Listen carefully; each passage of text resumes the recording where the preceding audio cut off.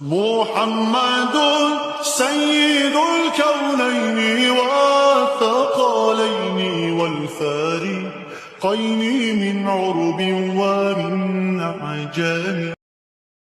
حضور اکرم صلی اللہ علیہ وسلم نے ایک حدیث میں فرمایا یوشک ان تداعى علیکم الامم کما تداعى الاکلۃ الى قصعتها، قیامت کے قریب تم دیکھو گے کہ میری امت پر ساری دنیا جھپٹ پڑے گی جیسے بھوکا برتن پہ جھپٹتا ہے۔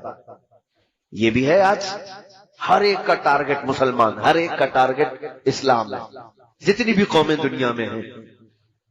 حضور سے صحابہ نے پوچھا بھی تھا یومئذ نحن من قلۃ یا رسول اللہ، اے اللہ کے رسول کیا آپ کی اس امت پر جو ساری قومیں جھپٹ پڑیں گی کیا ہم تعداد میں بہت تھوڑے ہوں گے، بہت کم ہوں گے؟ یہ حدیث سنیے آپ، حضور صلی اللہ علیہ وسلم فرماتے ہیں وَلَكِنَّكُمْ كَثِيرُونَ غُثَاءً كَغُثَاءِ الْبَحْرِ، فرماتے نہیں تمہاری تعداد تو بہت زیادہ ہوگی لیکن تمہاری حیثیت سمندر کے جھاگ کی طرح ہوگی۔ سمندر کا جھاگ ہوا آنے سے اڑ جائے گا، پیوریٹی نہیں باقی رہے گی، اخلاص نہیں ہوگا، ایمان نہیں ہوگا۔ کروڑوں کی تعداد میں ہیں لیکن سب ڈرے ہوئے سہمے ہوئے ہوں گے۔ یہ بھی قیامت کی علامت ہے۔ اور حضور اکرم صلی اللہ تعالی علیہ وسلم فرماتے ہیں وَلَيَقْذِفَنَّ اللَّهُ عَلَى قُلُوبِكُمْ الْوَهْنَ، تمہارے دلوں پر اللہ رب العزت وہن ڈال دے گا، وہن۔ صحابہ نے پوچھا مل وہن یا رسول اللہ، وہن کسے کہتے ہیں؟ حضور صلی اللہ علیہ وسلم فرماتے ہیں آج اللہ رب العزت نے میرا خوف اور میرا رعب کافروں پر ڈال رکھا ہے، یہاں تک کہ میں 500 میل دور ہوں تو بھی اللہ ہمارا رعب کافروں پر ڈال رکھتا ہے۔ لیکن ایک وقت ایسا آئے گا کہ میری امت کے دلوں پر کفار کا رعب ڈال دے گا۔ آج ہے کہ نہیں ہے؟ ہر کوئی ڈرا ہوا ہے۔ حضور صلی اللہ تعالی علیہ وسلم کی بات حق ہے۔ حضور نے فرمایا ایک وقت ایسا آئے گا کہ تمہارے دلوں پر کفار و مشرکین کا خوف اور ان کا رعب ڈال دیا جائے گا۔ صحابہ نے پھر پوچھا ایسا کیوں ہوگا کہ ہمارے دلوں پر؟ حضور نے فرمایا دو چیزیں جب ان کے اندر آ جائیں گی، حب الدنیا و کراہیت الموت، جب دنیا بہت زیادہ ان کو پیاری لگنے لگے، صرف دنیا دنیا دنیا، اور پھر موت سے یہ ڈرنے لگ جائیں، تو یہ دو چیزیں جس وقت میری امت میں آ جائیں اللہ تعالیٰ ان کے دلوں پر کافروں کا خوف ڈال دے گا، ان کا رعب پیدا کر دے گا۔ شاید یہ دو چیزیں ہمارے دلوں میں آئی گئی ہیں، ہر ایک کو اپنا کچھ بنانا ہے، سیلفش ہیں ہم، ہر ایک کو صرف اپنی دنیا بنانی ہے، اور اس کے بعد پھر کوئی مرنا نہیں چاہتا ہم میں سے۔ ارے میاں مسلمان کے لیے تو موت بڑی نعمت کی چیز ہے کہ اللہ سے ملاقات ہوتی ہے۔ الموت جسر یوصل الحبیب الی الحبیب، موت ایک برج کا نام ہے، ایک حبیب کو دوسرے حبیب سے ملا دیتی۔ بہرحال یہ تھی چھوٹی علامتیں، اب جو بڑی علامتیں ہیں جو اب تک ظاہر نہیں ہوئی اس میں سے چند حضور اکرم صلی اللہ تعالی علیہ وسلم نے فرمایا تم قیامت کے قریب دیکھو گے عیسیٰ ابن مریم آسمان سے نازل ہوں گے۔ عیسیٰ علیہ السلام جو آسمانوں پر اٹھائے گئے ہیں، یہ عیسائیوں کا عقیدہ ہے کہ ان کو صلیب پر چڑھا دیا گیا، ان کو پھانسی دی گئی، اسی لیے بیچارے ایک کراس کا نشان پہنتے ہیں آج بھی، ان کو لٹکا کر کے گھومتے ہیں، جبکہ قرآن کہتا ہے وَلَكِنْ شُبِّهَ لَهُمْ وَمَا قَتَلُوهُ وَمَا صَلَبُوهُ وَلَكِنْ شُبِّهَ لَهُمْ۔ اللہ فرماتا ہے نہ ہی یہودیوں نے عیسیٰ کو قتل کیا ہے اور نہ ہی پھانسی دی ہے، بلکہ ان کو شبہ میں ڈال دیا گیا ہے۔ عیسیٰ علیہ السلام کو آسمانوں پر اٹھایا گیا، اب بھی موجود ہیں وہ، اب وہ قیامت کے قریب آسمان سے نیچے آئیں گے زمین پر۔ یہ بڑی نشانی ہے قیامت کی، بڑی نشانی، یہ قیامت کے بہت قریب آئیں گے۔ لیکن یہ ضرور ہے کہ حضور صلی اللہ تعالی علیہ وسلم کے امتی بن کر کے زندگی گزاریں گے، اب ان کی شریعت نہیں رہے گی، حضور کے امتی بن کر کے زندگی گزاریں گے۔ بڑی علامات میں یہ بھی ہے، حضور اکرم صلی اللہ تعالی علیہ وسلم نے فرمایا کہ تم دیکھو گے یاجوج ماجوج نکلیں گے۔ لوگوں کے دماغ میں یہ ہے کہ یاجوج ماجوج یہ دو آدمی ہوں گے اور یہ پورے لوگوں کو ڈرائیں گے۔ دو آدمی نہیں، یاجوج ماجوج کی تعداد جانتے ہیں آپ؟ بیان کیا ہے مفسرین نے کہ پورے دنیا میں جتنے انسان ہیں اس کے 10 گنا زیادہ جنات ہیں، 10 گنا زیادہ جنات کی تعداد ہے، اور جتنے جنات ہیں اس سے 10 گنا زیادہ یاجوج ماجوج کی تعداد ہے۔ اتنی بڑی فوج ہے یہ، اور یہ چھوٹ جائے گے، کسی جگہ ان کو قید کیا گیا ہے اور یہ زمین پر آئیں گے، بلکہ وہ زمین میں کسی حصے پر ہیں اب بھی۔ حدیثوں میں اس کا ہے، میرا ٹاپک یاجوج ماجوج نہیں ہے، مختصر میں بتا رہا ہوں کہ وہ آئیں گے، پوری زمین میں فساد مچائیں گے، ہر چیز کھا جائیں گے، لوگوں کی کھیتیاں چر جائیں گے، سامان کھا جائیں گے، پھر ان کو اللہ تبارک و تعالیٰ ایک بیماری میں مبتلا کرے گا اور سارے مر جائیں گے۔ یہ حدیث میں ہے، بڑی نشانی یہ اب تک آئی نہیں ہے۔ اور اس کے علاوہ بڑی نشانی یہ بھی ہے کہ اللہ کے حبیب صلی اللہ علیہ وسلم نے فرمایا تم دیکھنا کہ سورج پچھم سے نکل آئے گا۔ سورج ابھی پورب سے نکلتا ہے نا، ایک دن ایسا آئے گا کہ سورج پچھم سے نکل آئے گا، لیکن بس وہ دوپہر تک تھوڑی دیر نکلے گا، پھر واپس چلا جائے گا پچھم میں، پھر جہاں سے نکلتا ہے وہیں سے نکلے گا روزانہ، ایک دن صرف ایسا ہوگا۔ اور حضور فرماتے ہیں وہ یعنی دنیا میں عمل کا آخری دن ہوگا، اعمال کا قبولیت کا آخری دن ہوگا۔ اس سے پہلے جس نے توبہ کیا، اس سے پہلے جو ایمان لایا اس کا ایمان ہے۔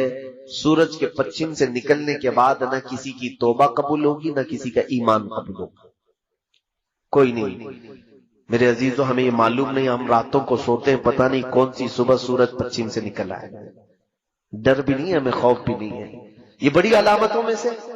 اس کے علاوہ بڑی علامتوں میں سے حضور اکرم صلی اللہ علیہ وسلم نے فرمایا تم دیکھو گے کہ آدم علیہ السلام کے پیدائش سے لے کر قیامت آنے تک کا سب سے بڑا فتنہ دنیا میں اگر کوئی چیز ہے، حضور فرماتے ہیں وہ دجال کا ظاہر ہونا۔ دجال، اسی پر آپ مجھے بولنے کے لیے کہا ہے، دجال کا ظاہر ہونا۔ یہ دجال ہے کیا چیز، اس پر میں ڈیٹیل میں آؤں گا، پہلے یہ علامتیں ختم کر لیتے ہیں۔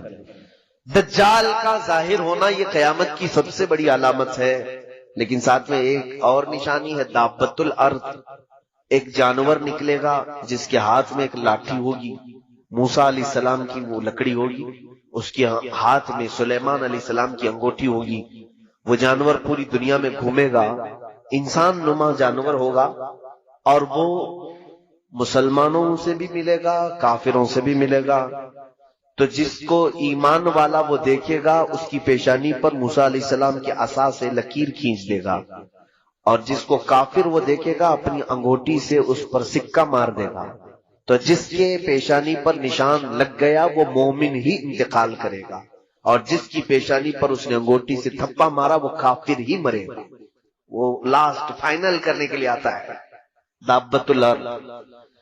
لیکن اس سے پہلے دجال آئے گا، دجال کا ظہور، یہ ایک بہت ہی امپورٹنٹ چیز ہے میرے عزیزوں۔ لیکن حیرت کی بات ہے، ہم آج تذکرہ کر رہے ہیں، مجھے ٹینشن نہیں، میں حدیثیں پڑھ رہا تھا۔ دجال کے آنے کا خوف ہونا چاہیے۔ حضور صلی اللہ تعالی علیہ وسلم اپنی دعاؤں میں یوں عرض کیا کرتے تھے، اللہم انا نعوذ بک من فتنة المسیح الدجال، اے اللہ ہم تیری پناہ مانگتے ہیں مسیح دجال کے فتنے سے۔ آپ بھی دعاؤں میں اس کو شامل رکھیں۔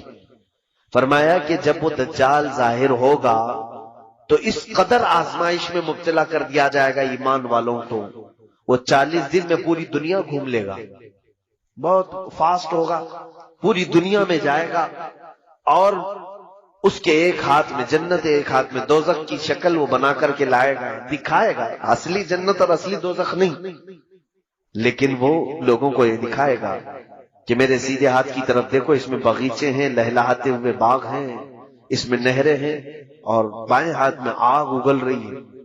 اس کا منشا اور اس کا مقصد کیا ہوگا؟ وہ کہے گا مجھے خدا بولو، میرے سامنے سجدہ کرو۔ تو اگر کوئی اس کو سجدہ کرنے سے انکار کرے، حدیث پاک میں اس کی دونوں ٹانگیں پکڑ کر چیر دے گا اس مومن، یا تو پھر کھولتے ہوئے تیل میں ڈالے گا، یا پھر وہ اپنی جلتی ہوئی آگ میں ڈالے گا، بہت سخت شدت کی تکلیف دے گا۔ اور جو اسے خدا مان لے اس کے سامنے سجدہ کرے وہ اس کو اپنی جنت میں ڈال دے گا. وہ لاکھوں کی تعداد میں لوگوں کو کافر بنائے گا، لاکھوں کی تعداد. اور یہ کوئی بعید بات نہیں لگتی مجھے. کیوں؟ آج کی سچویشن میں دیکھ رہا ہوں، یہاں کوئی بابا، لٹھ والا بابا اگر جیب سے ایک سکہ نکال کر کے دے دے تو لوگ سجدہ کرنا شروع کر دیتے. ارے بڑے پہنچے ہوئے بابا، ان کے بارے میں کچھ بھی مت بولنا. تو یہاں جو باباؤں سے بہک جاتی ہے پبلک، وہ دجال سے کیسے نہیں بہکے گی؟ دجال تو بہت بڑے بڑے کارنامے کر کے دکھائے گا. وہ خالی سکے نکال کر کے نہیں، میرے عزیز و حدیث پاک میں ہے، وہ آسمان سے بارش برسا کے دکھائے گا، زمین سے سبزہ اگا کے دکھائے گا. یہ کہے گا کہ میرے حکم سے بارش برستی ہے، میرے حکم سے زمین سبزے اگاتی ہے، تو مجھے خدا معلوم. تو لوگ، ظاہر سی بات ہے، آپ بارش برسانا اللہ کا کام ہے، زمین سے سبزے اگانا اللہ کا کام ہے. تو بہت سارے لوگ یہی کہیں گے کہ خدا ہمارا زمین پر اتر پڑا، چلو اسی کی عبادت کرو. تو یہ دجال لوگوں کو اپنی عبادت میں مصروف کرنے کی کوشش کرے گا. یہ دنیا کا سب سے بڑا فتنہ، سب سے بڑا فتنہ. لیکن صرف اور صرف 2 شہر محفوظ رہیں گے، مکہ مکرمہ اور مدینہ طیبہ. حضور پاک صلی اللہ علیہ وسلم نے فرمایا کہ دجال پوری دنیا گھوم پھر کر مکہ اور مدینے آنے کی کوشش کرے گا، فرشتے اسے دھکا دے کر کے باہر کریں گے. وہ یہ دونوں حرم کی حدود میں نہیں آ سکے گا، بس وہ سیف جگہ ہے. لیکن ہم سب پوری دنیا میں جہاں پر بھی ہیں، کوئی جگہ سیف نہیں ہے. دجال ظاہر ہوگا. اب میں یہ بھی بتاؤں کہ حدیثوں میں اس کا ذکر کہاں سے ہے. بعض لوگ کہتے ہیں قرآن میں نہیں ہے، لیکن صحیح احادیث کریمہ میں موجود ہے. صحیح احادیث کریمہ میں دجال کے آنے کی جو علامات بتائی گئی ہیں، سب سے پہلے دجال کا میننگ سمجھ لو آپ کہ اس کو دجال کیوں کہتے ہیں. عربی میں دجل، دجل لفظ ہے یہ، جس کا مطلب ہوتا ہے جھوٹ یا بدل دینا. گدھے کے اوپر آپ نے شیر کی کھال ڈالی تو اس کو کہتے ہیں دجل، یہ فریب کیا ہے، اندر کچھ اور ہے، اوپر کچھ اور دکھا رہا ہے. تلبیس، یہ دجل ہے. اور دجل کا مبالغے کا صیغہ ہے دجال، بہت زیادہ جھوٹ بولنے والا، بہت زیادہ جھوٹ بولنے والا. اور ساتھ میں اس کو مسیح دجال کہتے ہیں. حدیث پاک میں بھی مسیح کا لفظ آیا ہے. مسیح جو ہے، مسیح کے کئی معنی ہیں عربک ڈکشنری میں. ایک معنی یہ ہے کہ ہاتھ پھیرنے والا، ایک معنی ہے شفا دینے والا، ایک معنی ہے کہ لوگوں کو دعا کرنے والا، عافیت دلانے والا، ایک معنی یہ بھی ہے کہ جھوٹ بولنے والا. مسیح کے کئی معنی ہیں. لیکن اب میں آپ کو بتاؤں مسیح دجال کون ہوگا، کیسا ہوگا، کب آئے گا. 3 پوائنٹ پر آپ مجھ سے بات سنیں. اور اس کے آنے سے پہلے کیا ہو گئے، 4تھا پوائنٹ ہے، اور وہ بہت ضروری ہے. دجال، حضور صلی اللہ تعالی علیہ وسلم نے فرمایا وہ ایک آنکھ کا ہے، کانا دجال. بعض لوگ اس تشویش میں مبتلا ہیں. کچھ لوگ مجھے کہنے لگے اسرائیل میں ایک آنکھ کا بچہ پیدا ہوا ہے، اس کی فوٹو بہت وائرل ہو رہی تھی، کہا کہ دجال پیدا ہو گیا، دجال پیدا ہو گیا. تو سوال میرے پاس یہ آیا کہ دجال پیدا ہوگا یا کہیں سے نکلے گا. حدیث پاک ہے ابو داؤد شریف کی، دجال پیدا نہیں ہوگا، وہ آلریڈی ابھی ہے، کسی جزیرے میں ہے. حضور پاک صلی اللہ تعالی علیہ وسلم ایک دن مسجد نبوی شریف میں تاخیر سے عشاء کی نماز پر آئے. یہ حدیث حضرت فاطمہ بنت قیس رضی اللہ تعالی عنہا سے مروی ہے، اور یہ حدیث غالباً مسلم شریف یا ابو داؤد شریف کی، لیکن سیاہ ستہ میں حدیث موجود ہے. حضور تاخیر سے آئے. صحابہ نے پوچھا یا رسول اللہ صلی اللہ علیہ وسلم عشاء میں اتنی تاخیر سے آپ تشریف لائے؟ کہا ہاں، مجھے تمیم داری کی بات نے روک لیا تھا. تمیم داری پہلے ایک عیسائی عالم تھے، بعد میں مسلمان ہوئے، صحابی ہیں. ان کا ایک بڑا لمبا واقعہ ہے، آپ اس کو سن لینا علماء کرام سے، میرے پاس اتنا وقت نہیں ہے. تمیم داری ایک سفر پر تھے، ایک مرتبہ کسی جزیرے میں یہ پھنس گئے.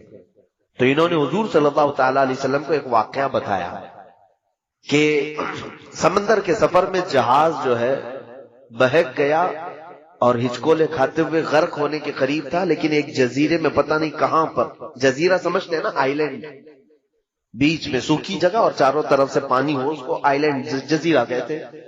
تو اس جزیرے پر میں پہنچ گیا تو وہاں دیکھا ایک عورت بہت ہی اونچی ہے، کالی شکل کی ہے، اور وہ اپنے بالوں کو نوچ رہی ہے۔ میں نے پوچھا کہ تو کون ہے؟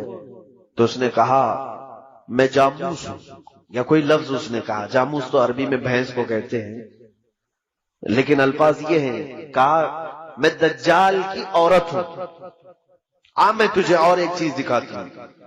تو لے کر کے گئی، ایک بہت بڑی عمارت تھی، قلعہ تھا۔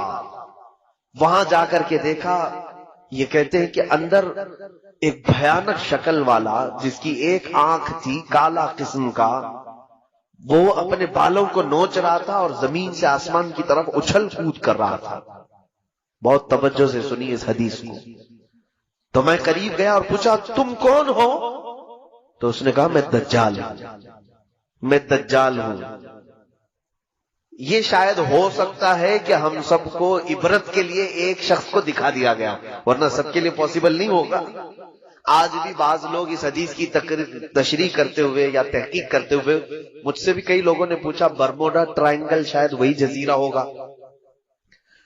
برموڈا ٹرائنگل ایک جگہ ہے جہاں کوئی جہاز جاتا ہے تو واپس آتا ہی نہیں ہے، لیکن ایک حدیث پاک میں یہ موجود ہے کہ یہ گئے بھی اور آئے بھی، اور رسول پاک کو خبر بھی دیا کہ میں ایک ایسے شخص کو دیکھ کر کے آیا ہوں۔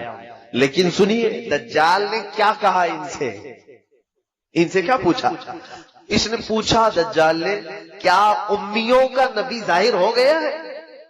امی کہتے کسی سے جو نہ پڑھا ہو۔ کیا امیوں کا نبی ظاہر ہو گیا؟ نبی امی یعنی جو کسی سے نہ پڑھا ہو وہ نبی آ گیا؟ تو میں نے کہا ہاں وہ نبی آ گئے۔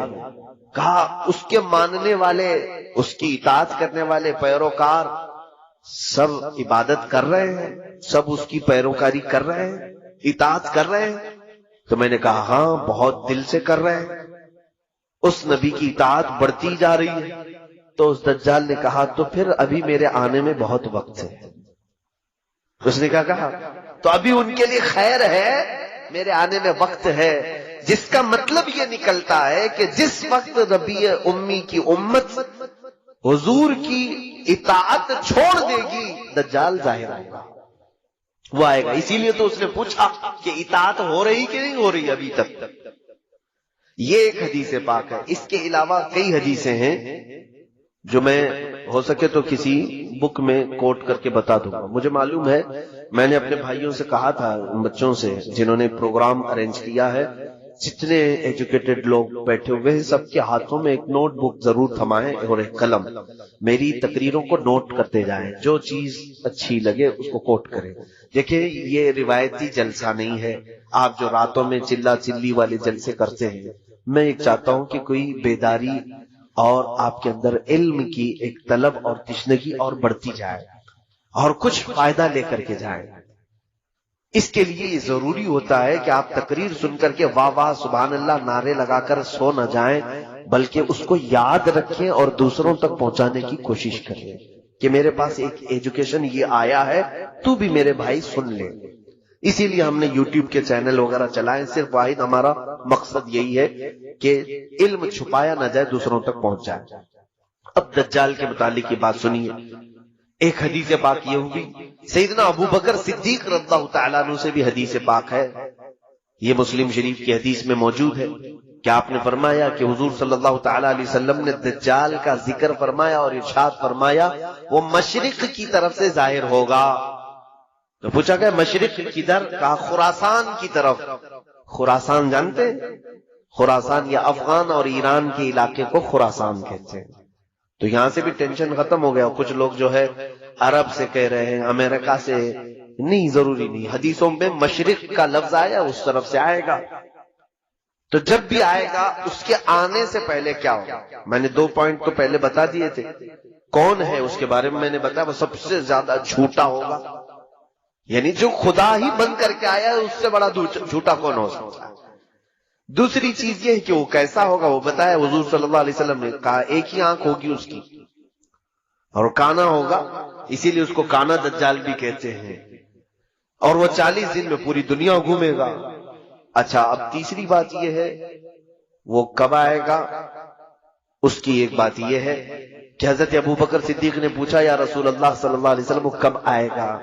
فرمایا دجال اس وقت ظاہر ہوگا جب سارے لوگ اس سے غافل ہو چکے ہوں گے، اس کے بارے میں کوئی بات ہی نہیں کر رہا ہوگا۔ آج تو ہم بات کر رہے ہیں، اسی لیے میں نے کہا مجھے ٹینشن نہیں ہے، لیکن جس وقت سارے لوگ بھول چکے ہوں گے، کوئی بات ہی نہیں کر رہا ہوگا دجال کے متعلق، دجال اچانک آئے گا۔ لیکن میرے عزیزوں، ہمارا ایک بات کرنا بھی کافی نہیں ہے، میجورٹی آج دجال کے متعلق گفتگو نہیں کرتی۔ صحیح بات ہے، علماء کرام کو میں بلیم نہیں کر رہا، میں علماء کی توہین نہیں کرنا چاہتا، نہ میں علماء کی بے ادبی کرنا چاہتا ہوں، لیکن آج ہو سکتا ہے یہ مصلحت ہوگی۔ میں نے کثرت سے علماء کو دیکھا دجال کے متعلق یا اس ٹاپک پر نہیں بول رہے، شاید یہ حدیث پاک میں اسی لیے کہا گیا جس وقت سارے لوگ بھول چکے ہوں گے دجال کو، تب دجال آئے گا۔ تو بھول گئے ہیں، آج دوسرے سارے ٹاپک پہ ہم گفتگو کرتے اس پر نہیں۔ جب تک دجال سے لوگوں کو ہم ڈراتے رہیں گے، اس کے فتنے سے پناہ مانگتے رہیں گے لوگ، وہ نہیں آئے گا، وہ نہیں آئے گا۔ اب اس کے آنے سے پہلے کیا ہوگا، یہی میرا ٹاپک ہے۔ فرمایا گیا کہ جھوٹ کو سچ کر دیا جائے گا اور سچ کو جھوٹ بنا دیا جائے گا۔ پوری دنیا میں آج اس مشن پر پورا بہت بڑے پیمانے پر کام ہو رہا ہے، جھوٹ کو سچ بنا دو اور سچ کو جھوٹ بنا دو۔ اور اس میں سب سے بڑا اگر کوئی رکن ہے دجال کا تو وہ میڈیا ہے۔ اسی لیے میں اپنی تقریروں میں ہمیشہ یہ کہتا ہوں، لوگ گودی میڈیا کہنے لگے، گودی میڈیا نہیں، ان کو دجالی میڈیا کہو۔ دجال کے پلان پر عمل ہو رہا ہے، یعنی جتنا جھوٹ ہے اس کو اتنا مسالہ لگاؤ، اتنی بار بولو کہ سچ لگنے لگ جائے، اور کسی سچ کو اتنا چھپا دو کہ لوگ بھول جائیں کہ وہ کوئی جھوٹی بات ہوتی۔ یہ آج ہو رہا ہے کہ نہیں ہو رہا ہے؟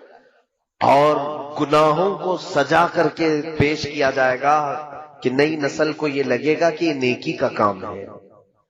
آج سود کو انٹرسٹ کا نام دیا گیا، فائنانس کا نام دیا گیا، نئے نئے نام دے رہے ہیں۔ گناہ تو وہی ہے نا، شراب کو الگ الگ نام دیے جائیں گے سجا کر کے۔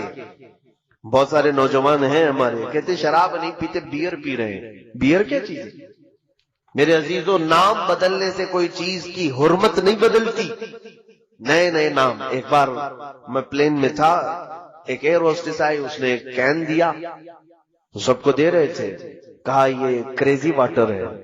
کریزی واٹر یہ کیا چیز ہے؟ لوگ اس کو کریزی واٹر کہہ رہے تھے۔ دوسرے ہمارے ساتھ جو تھے وہ لیے پی رہے تھے۔ میں نے پوچھا کہ وائن ہے، شراب ہے؟ کہا نہیں، کریزی واٹر۔ میاں کریزی واٹر کا مطلب کیا ہوتا ہے؟ کیا پانی پاگل ہوتا ہے؟ کوئی پاگل پانی؟ کریزی واٹر کا مطلب؟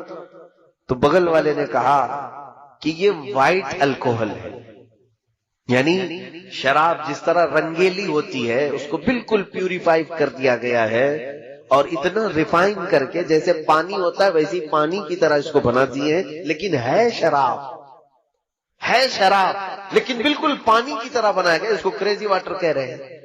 میرے عزیزوں، اس دن مجھے یہ سمجھ میں آیا کہ یہی دجال کے آنے سے پہلے جو مخبر صادق صلی اللہ علیہ وسلم نے بیان فرمایا، ہر باطل چیز کو سجا کر کے دنیا میں پھیلا دیا جائے گا۔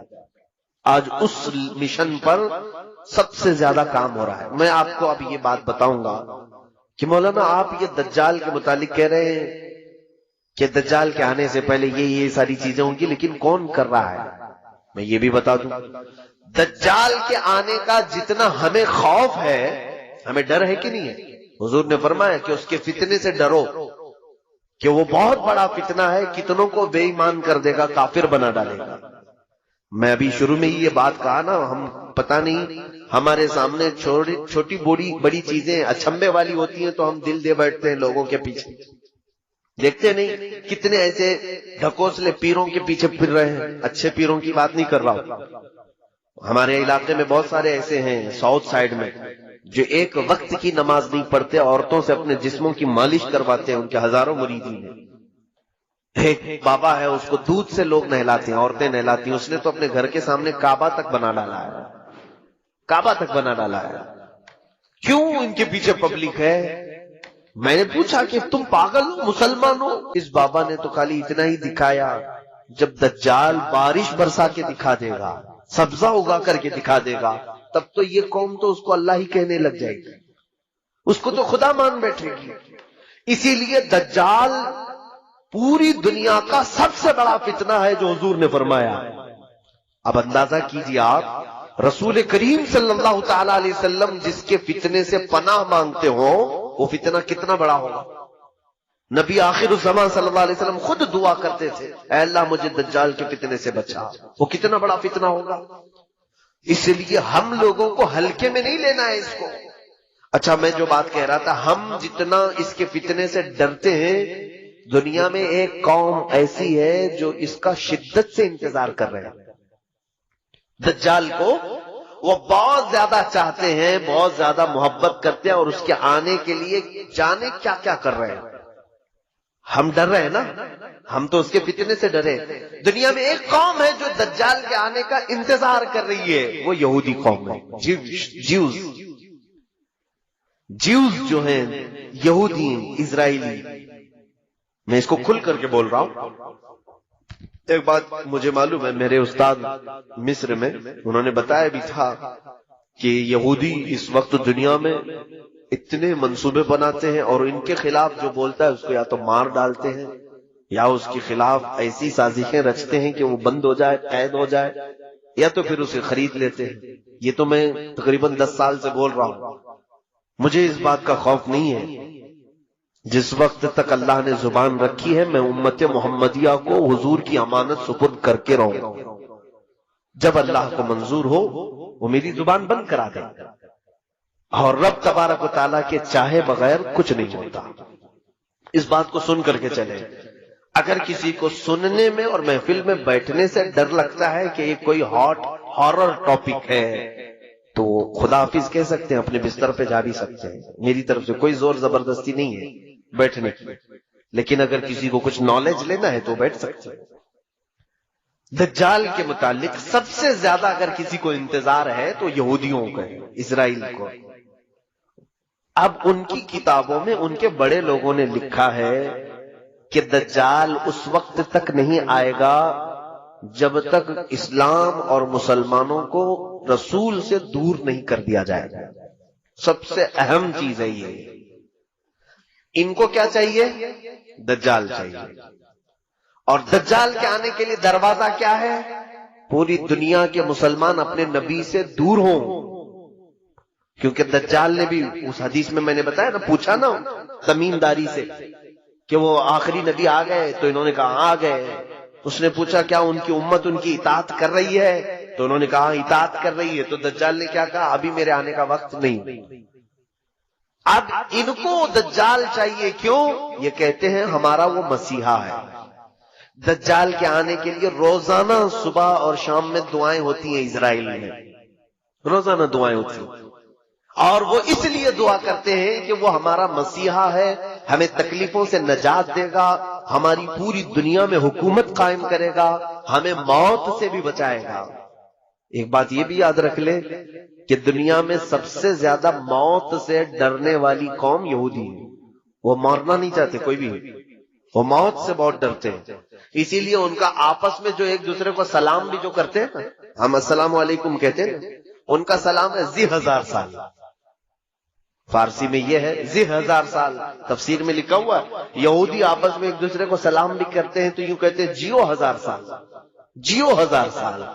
قرآن میں پہلے پارے میں اللہ نے فرمایا ہے لو یعمر 1000 سنۃ وما هو بمزحزحہ، یعنی اگر ان کو 1000 سال کی عمر بھی دے دی جائے تب بھی وہ مرنا پسند نہیں کرتے۔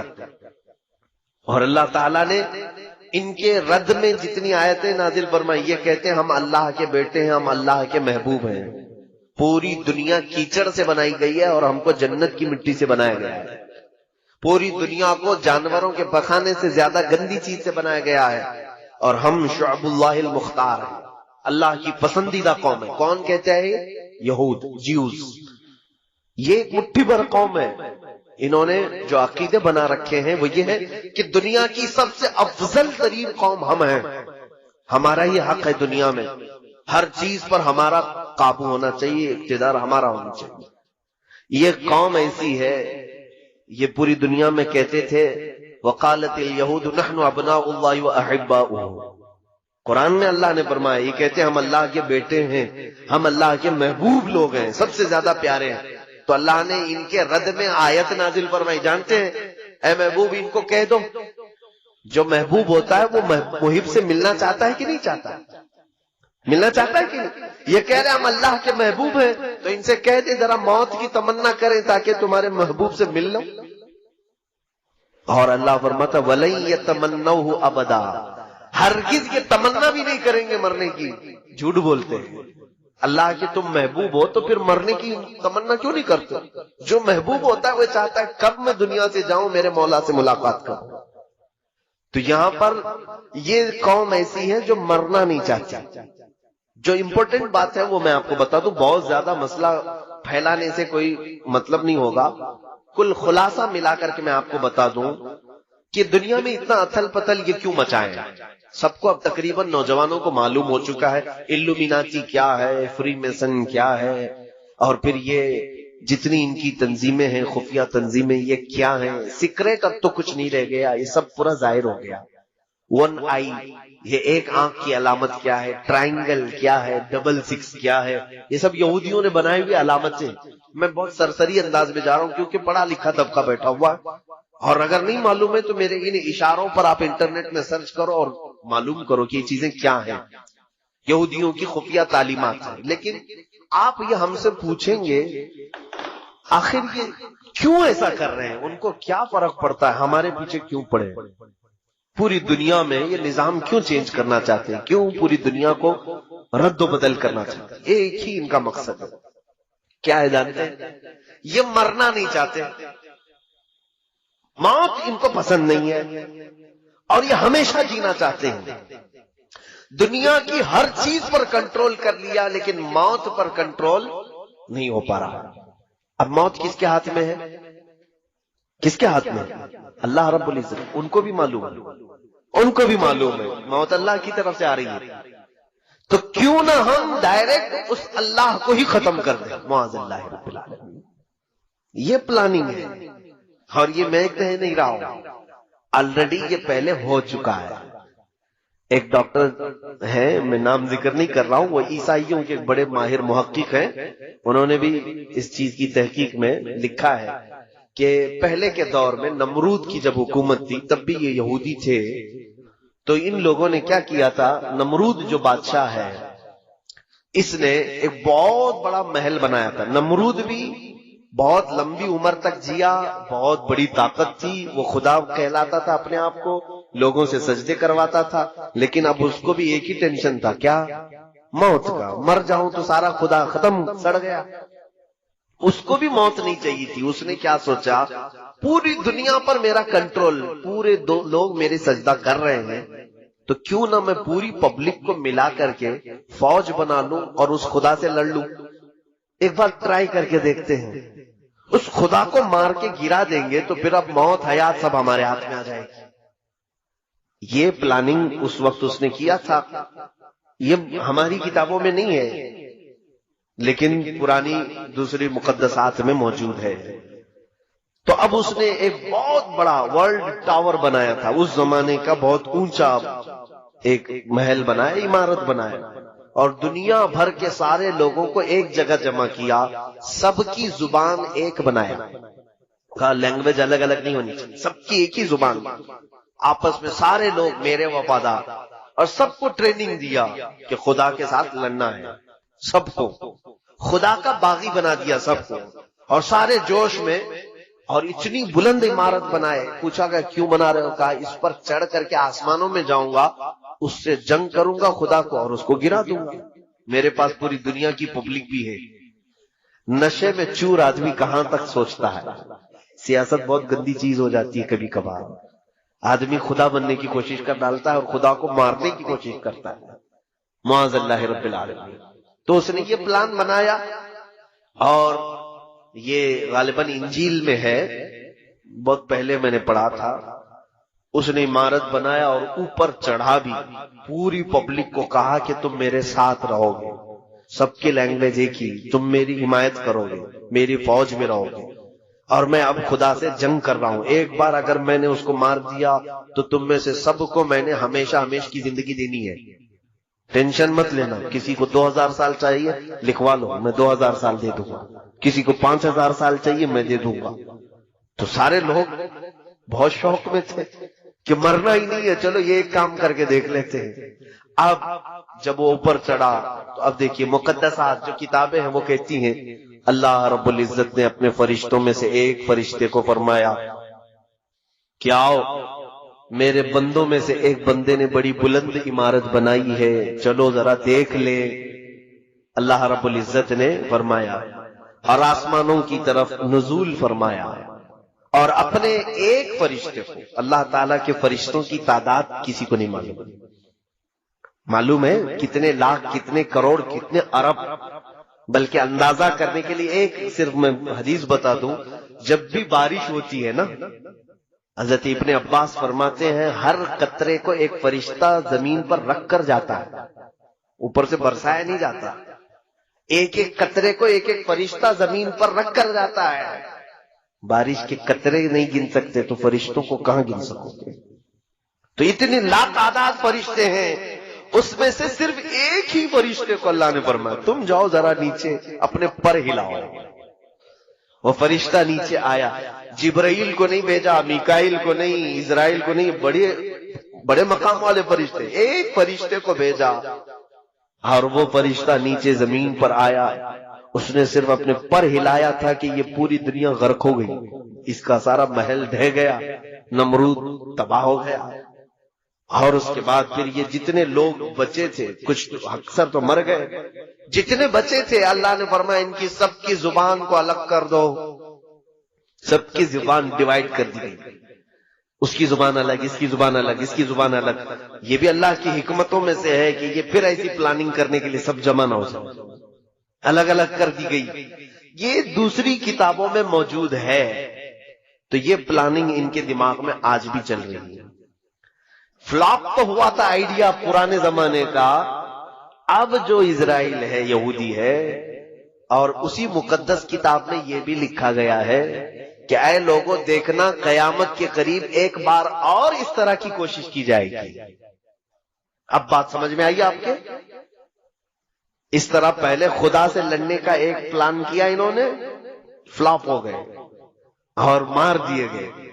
اب ان کو جدید ٹیکنالوجی پر، نیو ٹیکنالوجی پر اتنا بھروسہ ہے، انہی مقدسات میں کہا گیا ہے دیکھنا قیامت سے قریب ایک بار اور یہ چیز کوشش کر لیں گے۔ اب مجھے یہی لگتا ہے، یہ حدیثوں میں تو ہے نہیں کہ یہ لوگ خدا سے لڑنے کے لیے کوشش کریں گے، لیکن ان کی کتابوں میں لکھا ہوا ہے، یہودیوں کی۔ اب مجھے یہی سمجھ میں آتا ہے اسی پلاننگ کے تحت یہ اسی انداز سے چل رہے ہیں۔ ان کو ایک مسیحا چاہیے ہے، وہ دجال ہے جو خدا کا دشمن ہے، اور انہیں معلوم ہے دجال کا پاور کیا ہے، 40 دن میں پوری دنیا میں گھومے گا، لوگوں کو آسمان سے بارش برسا کے دکھائے گا، زمین سے سبزے اگا کر کے دکھائے گا۔ ان کو ایک ایسا پاورفل آدمی چاہیے جو خدا سے لڑ سکے، اس لیے وہ انتظار کر رہے ہیں۔ دوسرے ان کو کیا چاہیے، پوری دنیا کی لینگویج ایک ہونی چاہیے، تو یہ گلوبل لینگویج کے طور پر انگلش کو مشہور کر بھی رہے ہیں کہ سب کی کنیکٹ کرنے والی، سب کو کنیکٹ کرنے والی زبان انگلش ہونی چاہیے، سب کی کرنسی ایک بنانا چاہتے ہیں، اور آج تقریباً یہ کر بھی چکے، ڈالر پوری دنیا کی کرنسی بنتی جا رہی ہے، تقریباً ہر ملک اپنی ٹریڈنگ ڈالر میں کرنا چاہتا ہے، پوری دنیا کی ایک کرنسی ہو، ایک لینگویج ہو۔ اور آپ دیکھنا اکثر ان کے جتنے بڑے پریزیڈنٹ ہوں یا جو سٹارز ہیں، وہ اپنے بیانوں کے بیچ میں ون ورلڈ آرڈر یہ بات کہہ جاتے ہیں۔ نوجوان طبقہ اس کو نوٹ کر لے، one world order. One world order کا مطلب یہ ہوتا ہے ایک دنیا ایک حکم پر چلے، الگ الگ کنٹری نہیں چاہیے ہم کو، الگ الگ سیاست نہیں چاہیے، پوری دنیا ایک ہی حکومت پر، ایک ہی آرڈر پر چلے، یہ ان کا پلان ہے۔ کیوں میاں، کیوں پوری دنیا کو ون ورلڈ آرڈر میں ڈال رہے ہیں آپ؟ وہی پلاننگ جو نمرود کر چکا تھا، کہ خدا سے لڑنا ہے، پوری دنیا کو پھر سے جمع کرو، ساری ٹیکنالوجی جمع کرو. اسی لیے یہ اسپیس میں بھی بھیج رہے ہیں کہ جا کے دیکھ کر کے آئے، سب تصویریں لے کے آئے کہاں خدا بیٹھتا ہے. معاذ اللہ رب العالمین. میرے عزیزو، میں ان ترقیات کے خلاف نہیں ہوں، اسپیس کے خلاف نہیں ہوں، میں چاند کے بارے میں گفتگو نہیں کرواؤں گا، لیکن بعض محققین نے کہا کچھ لوگوں کی شرارت یہ ہے جیوز میں سے جو ہر نئی ٹیکنالوجی کو خدا کے خلاف سوچتے ہیں. یہودیوں میں بھی، آج میں پورے یہودیوں کی بات نہیں کر رہا، بہت سارے یہودی وہ ہیں جو ان شرارتوں کو بالکل پسند نہیں کرتے ہیں. وہ تورات انجیل پر یقین رکھتے ہیں، ایمان رکھتے ہیں. عیسائیوں میں بھی سارے نہیں ہیں، وہ بھی اپنی مقدسات پر ایمان رکھتے ہیں. لیکن کچھ ایسے ہیں جن کو عباد الشیطان کہا جاتا ہے. یہودیوں میں ایک تنظیم ایسی نکلی جو ڈیول ورشپرز ہیں، یعنی شیطان کی عبادت کرتے ہیں، پوجا کرتے ہیں. یہ ان کا پورا کیا ہوا ہے، پوری دنیا کو بدلا ہوا ہے. اب سنیے، اب یہ پوری دنیا میں کیا ہنگامہ مچا رہے ہیں، کیا ہنگامہ مچائیں گے. میں باخبر ضرور کرنا چاہوں گا ہر بچے کو، ہر جوان کو. میں نے مصر میں ایک کتاب پڑھی تھی، تقریباً وہ 150 سال پہلے کی ایک میٹنگ ہوئی تھی. حاخام کہتے ہیں یہودیوں کو، مولانا پڑھے ہوئے.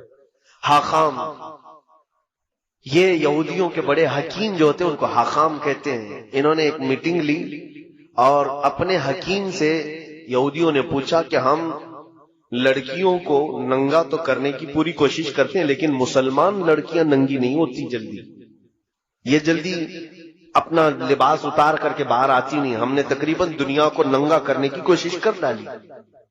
تو اس حکیم نے 150 سال پہلے کی بات بتا رہا ہوں، کیا مشورہ دیا جانتے ہیں؟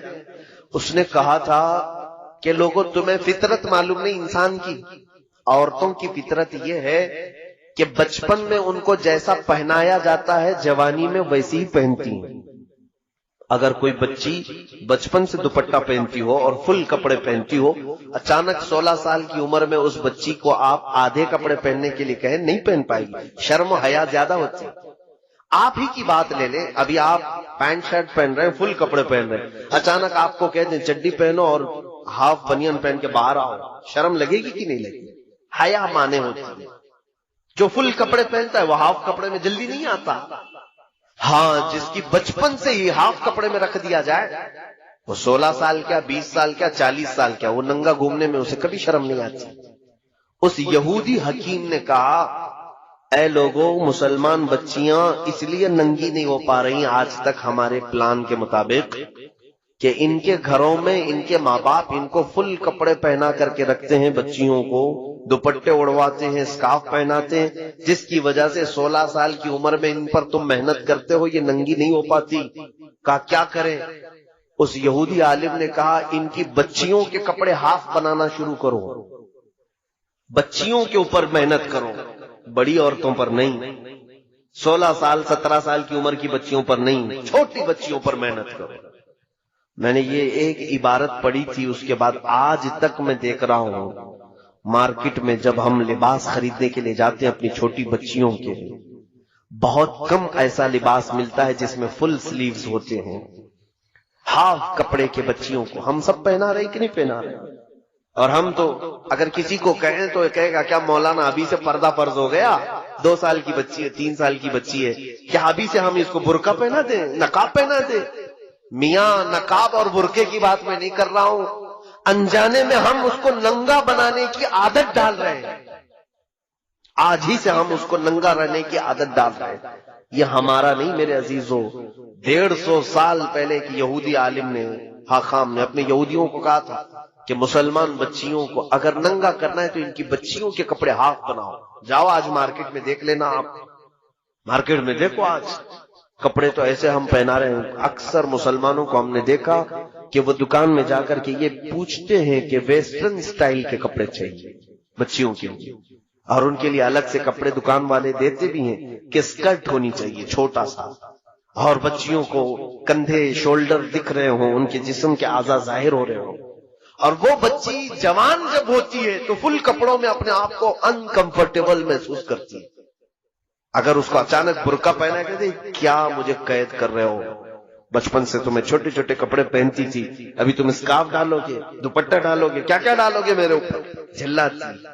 اور ان بچیوں کو ہم نے دیکھا ہے جن کی بچپن سے ہم نے تربیت اچھے ماحول میں رکھی، وہ بڑی ہونے کے وقت میاں ایسا ہے کہ وہ دوپٹے اپنے پورے جسموں پر ڈال کر کے رکھتی ہیں، صرف سر پر نہیں بلکہ کوئی حصہ ان کا جھلکنے نہیں دیتی، وہ حیا بہت زیادہ ہوتی ہے۔ اس پلان کے ہم شکار ہو گئے، ہمارے لباس میں بے ترتیبی جو آئی ہے یہی دجالی منصوبوں کے تحت ہوا ہے۔ یہود جو پوری دنیا کو بے آبرو، ایک ایسی قوم دیکھنا چاہتے ہیں جو خدا سے دور ہو، اللہ تعالیٰ نے جو کہا ہے اس کا مخالف ہو، رسول جو چاہتے ہیں اس کے خلاف۔ اس مشن کے تحت ایک دو نہیں میرے عزیزوں، ہزاروں کام ہو گئے، گنانے کے لیے میرے پاس اتنا وقت نہیں ہے۔ شارٹ میں چلوں، اگر کپڑوں کو دیکھا جائے تو ہمارے کپڑے چھین لیے گئے، لباس بدل دیا گیا۔ ہر نوجوان بچہ آج ہمارا یہ چاہتا ہے کہ مجھے ویسٹرن سٹائل کے کپڑے چاہیے، ہیئر سٹائل مجھے کسی ایکٹر کا چاہیے، لڑکیاں چاہتی ہیں کہ وہ ہیروئن بن جائے، ایکٹریس کے لباس چاہیے، ایکٹریس کے ہمیں جانتے ہو یہ پورے ایکٹر اور ایکٹریس پر لاکھوں ڈالر کی لاگت پہ خرچ کیا جاتا ہے۔ کون خرچہ کرتا ہے؟ ان کے اوپر پورے جیوز یہودی خرچ کرتے ہیں کہ یہ سٹار ہیں، یہ ماڈل ہیں، ان کو کپڑے پہناؤ اور پوری دنیا کو دکھاؤ، ان کے ذریعے سے پوری دنیا وہی کپڑے پہنے گی جو یہ پہنے گی۔ آپ کو معلوم نہیں ہے بڑے بڑے سٹار الومیناتی ہیں، اب تو وہ اعلان کر رہے ہیں ہم الومیناتی ہیں۔ الومیناتی یہ یہودیوں کی تنظیم ہے جو صرف اسی مشن پر کام کرتی ہے کہ وہ سٹار بن کر کے لوگوں کو اپنی طرف راغب کریں۔ میرے عزیزوں ایک وقت ایسا آئے گا کہ اگر سب کے سامنے کچرا کھائیں گے تو ان کے فین ایسے ہیں وہ کچرا بھی کھا لیں گے، ان کو نشے کے عادی بنا دیں گے۔ ان پر بڑی لاگت کا خرچہ ہوتا ہے سٹارز پر کہ پوری دنیا کے ماحول کو یہ چینج کرنے والے ہیں۔ یو کے، یو ایس اے، یہاں پر سب ایکٹر اور ایکٹریس نہیں، وہاں پر سنگرز جو ہے ان کی بڑی ویلیو ہے۔ کوئی بڑا سنگر ہو اس پر لاکھوں خرچ کیا جاتا ہے۔ فٹ بال پلیئرز جتنے ہیں ان کے اوپر بہت ڈالر کے خرچ ہوتے ہیں کیونکہ ان کے لاکھوں کی تعداد میں فینس ہوتے ہیں، ان کو دیکھنے والی ایک بڑی دنیا ہوتی ہے۔ آپ دیکھیں کسی بھی ایکٹر کی آپ ہسٹری نکال کر کے دیکھیں اس کے فالوورز کتنے ملینز میں ہیں، کسی کے بلین میں ہیں۔ ایک وہ عمل کرے گا تو پورے ملین لوگ اس کے فالوورز عمل کرنے لگ جائیں گے۔ یہودیوں نے بہت آسانی سے اپنے معاملات دوسروں تک پہنچانے کے لیے پوری دنیا کے کریم طبقے کو چوائس کیا ہے۔ یہ تھے لباس کی بات، اور جب انہوں نے یہ پڑھا ہے حدیثوں میں، ایک بات یاد رکھیں کہ ہم سے زیادہ حدیثیں وہ پڑھتے ہیں۔ یہ قرآن کے حافظ ہوتے ہیں، محدث بھی ہوتے ہیں، مفسر بھی ہوتے ہیں۔ آج مصر میں کتنے تو ایسے ہیں جن کو مستشرق کہا جاتا ہے، یعنی اورینٹلائز۔ یہ لوگ یہودی ہیں اور اسلامی تعلیمات کے ماہر ہوتے ہیں، یونیورسٹی میں پڑھا رہے ہیں۔ کائرو یونیورسٹی میں میری خود ملاقات تھی ایک ڈاکٹر جو اسلامی شریعت کی کتابیں پڑھاتا ہے، یہودی عالم، یہ ہم سے زیادہ پڑھتے ہیں۔ جب انہوں نے یہ پڑھا کہ مسلمان سب سے زیادہ ان کا لگاؤ اللہ اس کے رسول سے ہے، کم ہونے کے لیے مین چیز کیا ہے تو رزق ہے۔ ہمارا سارا معاملہ رزق پر چلتا ہے، اگر رزق اچھا ہے تو دعائیں بھی پہنچتی ہیں، عبادتیں بھی پہنچتی ہیں، اور رزق خراب ہو گیا تو سارا ہمارا کنیکشن کٹ گیا، ختم ہو گیا، ہماری دعائیں اجابت سے نہیں ٹکراتی، ہماری عبادتیں قبول نہیں ہوتی۔ تو رزق پر ایسا عمل کیا گیا ہے، ایسا کہ پوری دنیا میں آج دیکھیں چند سالوں کے بعد حلال کھانا ہمارے لیے مشکل ہو جائے گا۔ حلال کھانا مشکل ہے، بہت کم ایسے لوگ ہیں جو بچ پائے ہیں حرام سے، ورنہ تو پورا ایک طبقہ، عرب والے تو پورے کے پورے مبتلا ہیں۔ ان کے گھر گھر پر KFC اور میکڈونلڈ، سب ہوئے، نہ جانے کتنی ایسی فوڈ کی کمپنیاں پہنچی ہوئی۔ کئی ایسی کمپنیاں ہیں جو پورک بناتی ہیں، کئی ایسی کمپنیاں ہیں جو علل اعلان بیچتی ہیں کہ ہمارے ہاں خنزیر کا گوشت بکتا ہے۔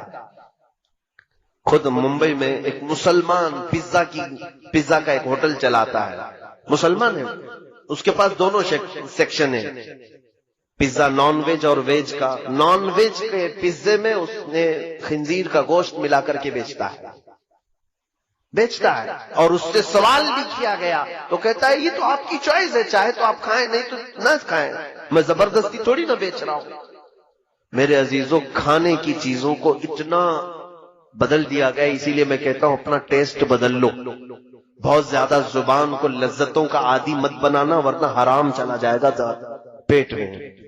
اور پھر ہمارے ہندوستان میں کیا چھوڑا گیا؟ ہر اناج کو، ہر چیز کو، کبھی گائے کا پیشاب ملا کر کے، کبھی پتہ نہیں کیا کیا ملا کر کے۔ کمپنیاں نہیں آئی ہمارے ہاں، کوئی چاکلیٹ نہیں چھوڑا انہوں نے حرام چیزوں کے ملانے سے، کہ بچے چاکلیٹ کھائیں اور اس میں پتہ نہیں کن کن جانوروں کی چربیاں ملائی گئی۔ ہزار یہ کہتے ہیں کہ حلال ہے حلال ہے، لیکن ان کی نیت میں کھوٹ ہے۔ میرے عزیزوں، ہمارے رزق پر بہت بڑا اثر ہو رہا ہے۔ میں چند دنوں پہلے چکن کے متعلق ایک بیان کیا تھا۔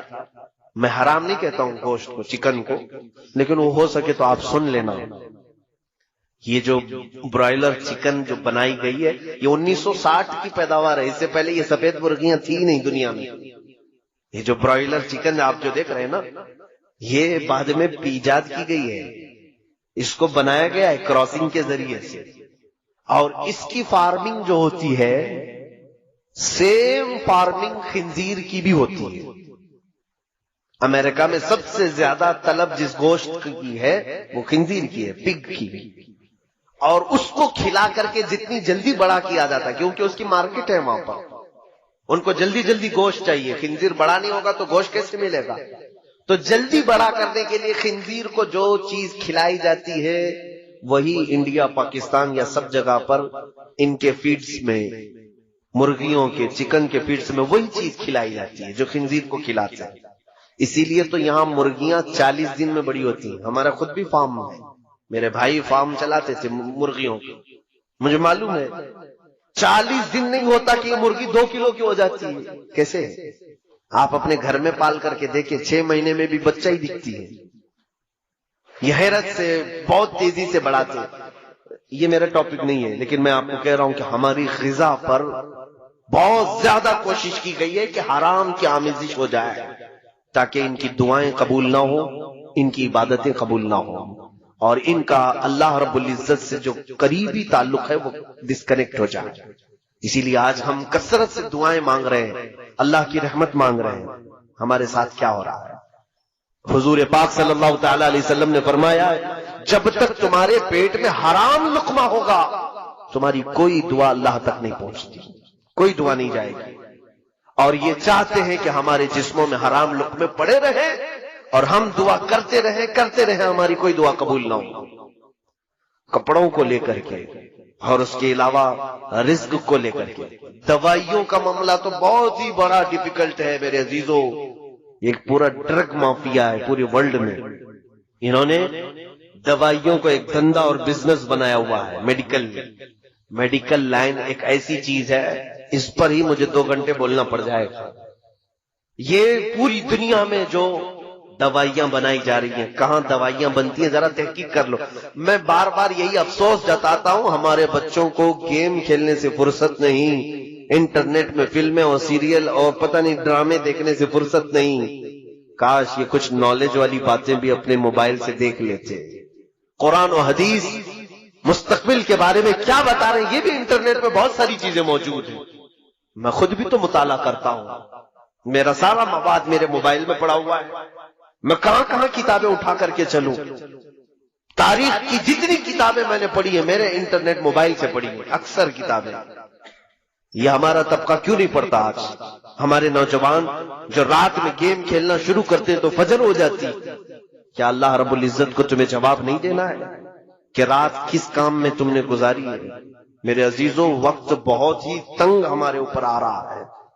یہ تھی باتیں۔ ڈرگ مافیا تو ایسی ہے کہ ایک گولی، میرے ان سے بھی بہت گہرے تعلقات ہیں، دوائیوں کی کمپنیوں والوں سے بھی۔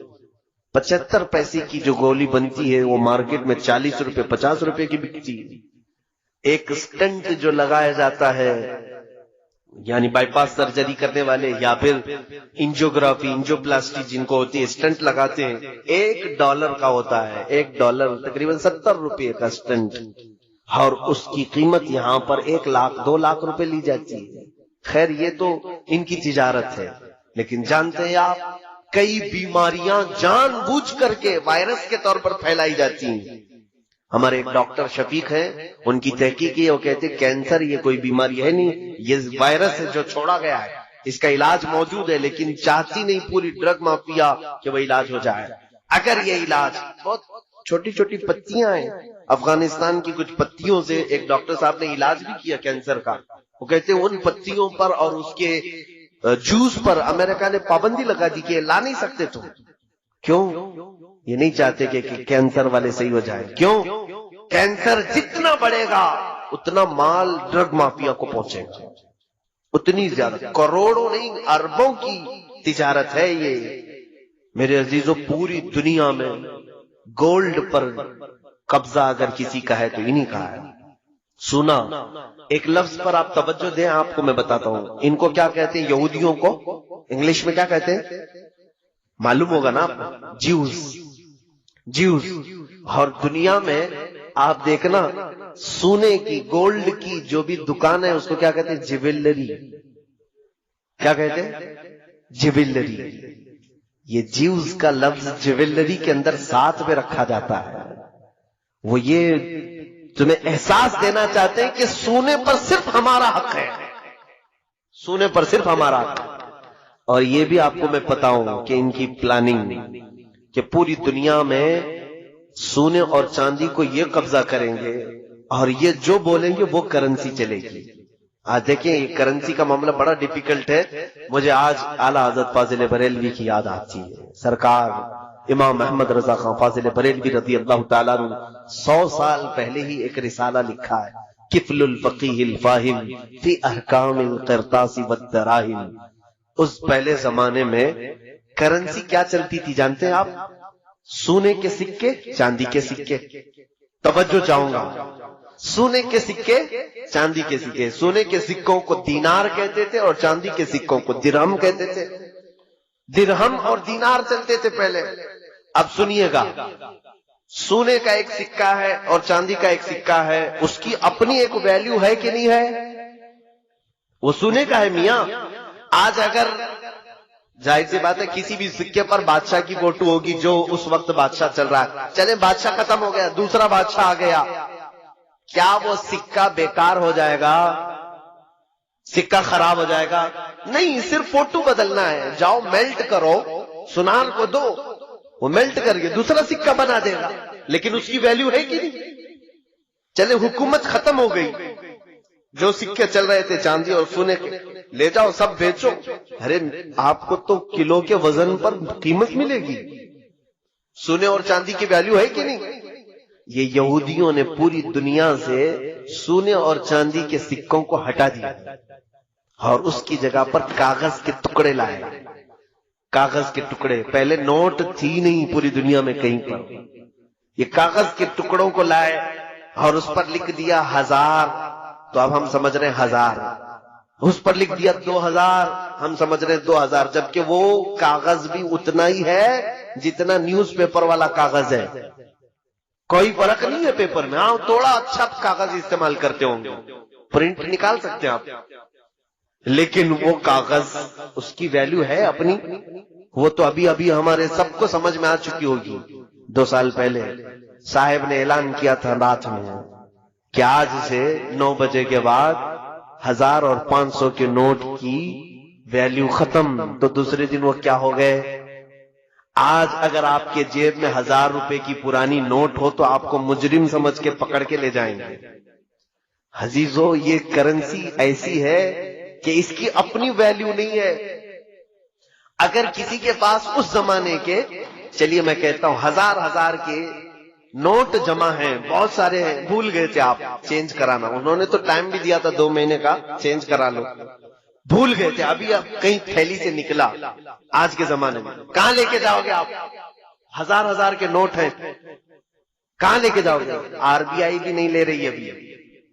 کسی بینک میں جاؤ گے، میرے 1000 کے پرانے نوٹ بدل کے اب 2000 میں دے دو، کہا وہ دروازہ بند ہو گیا. کہا کیا کرے؟ تو بینک کہے کہ جاؤ کسی بنیا کو دے دو، پوڑیا بنائے گا، شکر ڈال کے بیچے گا. اس کے علاوہ تو ان نوٹوں کا کچھ کام نہیں. یا تو آپ کلو کے حساب میں بیچ کے چلے جاؤ، لیکن سونے اور چاندی کی کرنسی کے ساتھ ایسا ہو سکتا ہے؟ اسی لیے سونے اور چاندی کی کرنسی کو پوری دنیا سے ہٹا دیا گیا.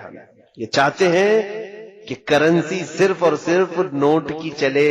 اب اور آگے سنیے، اب آگے کا پلان یہ ہے کہ کرنسی یہ بھی ہٹا لی جائے گی، کیش لیس کر دیا جائے گا آپ کو، اور آپ کے ہاتھوں میں اب نوٹ بھی نہیں ہوں گے.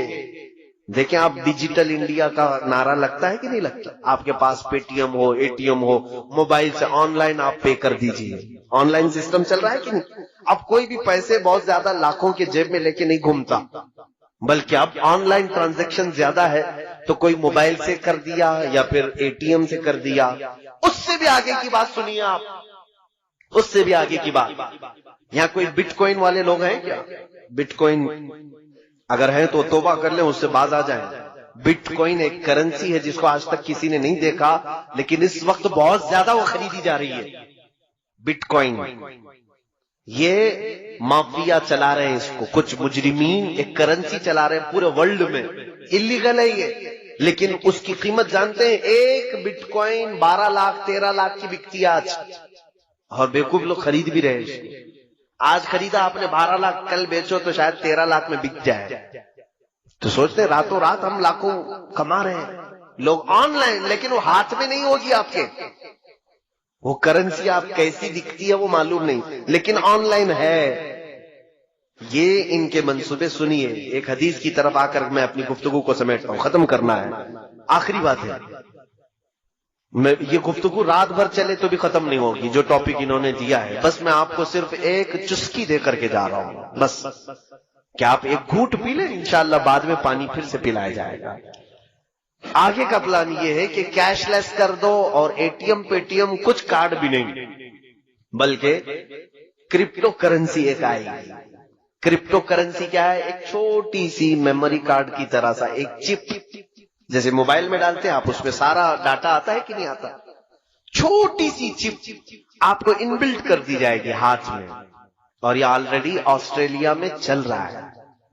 ہاتھ میں انجیکٹ کر کے ایک چھوٹی سی میموری کارڈ اس کو ڈال دیا جائے گا. اس کے اندر آپ اپنے بینک کھاتے پورے اس کے اندر رکھو، آپ کے گھر کے پیپر، جائیداد کے پیپر، جتنا ڈاکیومنٹس ہے وہ سب اس کے اندر رہے گا.